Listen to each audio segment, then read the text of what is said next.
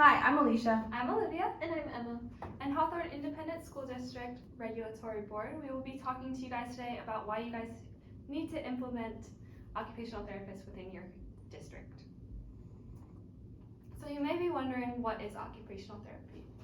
Occupational therapy is a one-on-one relationship-based therapy that helps work towards an individual's goals that they help create. So within the school, we would be working with students one-on-one, creating goals that they would help create, and then we would be working with them to do those. You may be wondering, what is an occupation? So an occupation is basically anything that you can do with your day. It may include simple things like brushing your teeth, cooking. It may include play, which would be probably common for most of your students. For you, it may include going on a run. So basically anything that you can do. We work with people from all different backgrounds, all different ages, and all different abilities. And we work towards short-term and long-term goals based on evidence-based practice. And you may see us in schools, hospitals, or clinics. So what is the necessity in school?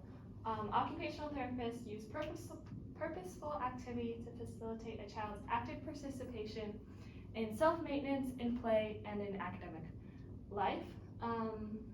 They implement direct and indirect services, assistive technologies, and environmental modifications to benefit the student and improve their school experience. And they also work with parents and teachers as well.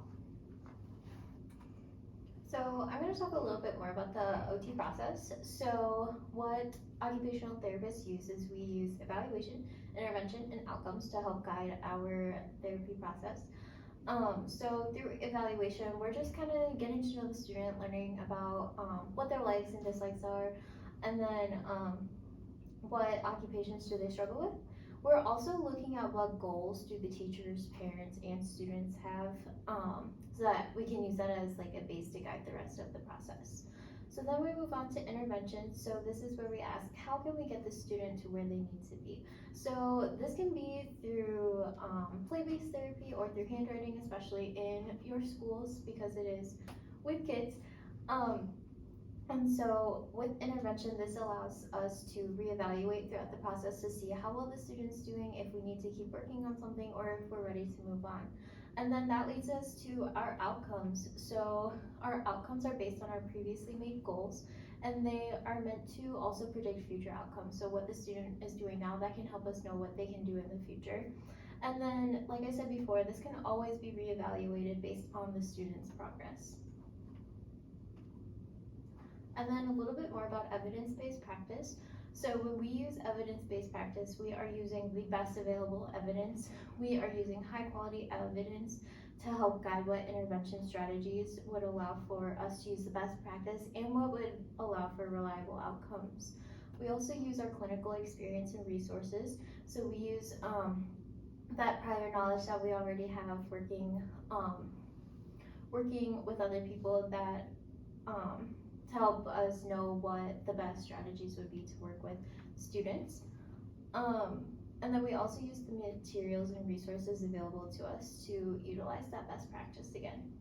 We also take into consideration student needs, values, and situations. So we know not every student is starting out in the same place, and we want to meet the students where they are.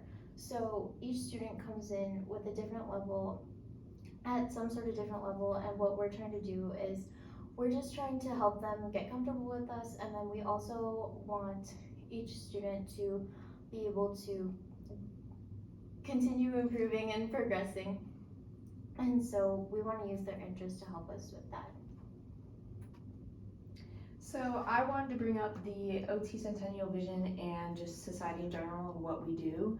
So the AOTA is a board of OTs that we all get registered and licensed through, and we have to go through them and we're accredited by them.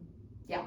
So I wanted to go over their 2025 mission statement, and their statement is, as an inclusive profession, occupational therapy maximizes health, well-being, and quality of life for all people, populations, and communities through effective solutions that facilitate participation in everyday living.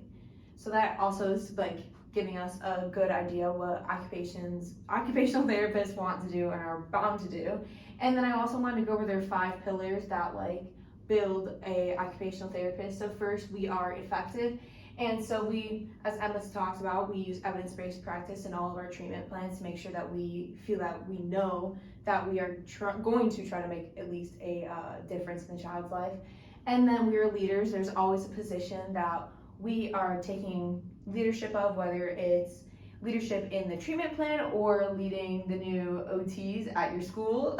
In addition, we're collaborative, so we all are going to work together to figure out how to help our patients. So like us three would work with all your students and try to figure out the best treatment plan and options for them.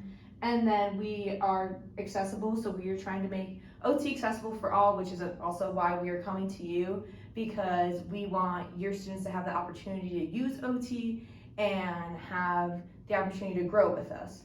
The last one is equity, inclusion, and diversity. As OTs, we do not judge. We are willing to take anybody, and we are just excited to work with anybody. So we would love to work with any child that you have. So you may be wondering how occupational therapy will benefit the students. So it's going to improve their school performance and aid in daily activities, which is so important for a young child. It'll not only boost their self-esteem, but create a sense of accomplishment within the child as they work with the OTs to complete the goals that they helped create. It'll also help develop fine motor skills and help improve handwriting. It'll improve hand-eye coordination and help with play, which is so important for your guys' students.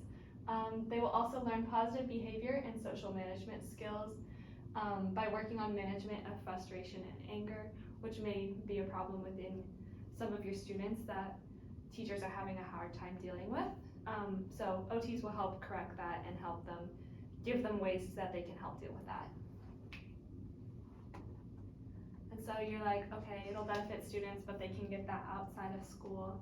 Well, we want to work not only with your students, but also with your teachers. So here's how it's going to benefit your teachers. Occupational therapists will work closely with the teachers, developing goals that will benefit the student. So the teachers will be involved in the goal development of a particular student, more on the academic side. OTs work on behavior management, as I had mentioned previously. So if you have a child that regularly is disruptive in the class, you might ask your OT to help with that behavior management so that you can have a more positive classroom environment. And if you have an issue within the classroom, having OTs on campus will help a lot as a resource to help de-escalate that situation. Now, unfortunately, I know you guys don't want to talk about the cost, but we want to be realistic and just address it with you. So I researched that according to the U.S. Bureau of Labor Statistics in 2022, the mean wage for an OT's salary is $83,070. And so this is all based on experience, caseload, and the time that we will be putting in and out based on notes and things like that, progress reports. This would also include the benefits and pensions that, like, if we do decide to stay long, that's how, And then, so I did the math, for us three, it would be $249,210. And I know that's a lot, but it's a rough estimate for possible salaries, and this is not only including just us, but we aren't sure about the materials or any of the supplies you have, or if at your school, do you even have a motor room? We don't know, or anything like that. So we are, of course, willing to just speak about price, but this is just a rough estimate to just get it out there and get you guys thinking about how much this is all going to cost if you do decide to go with us.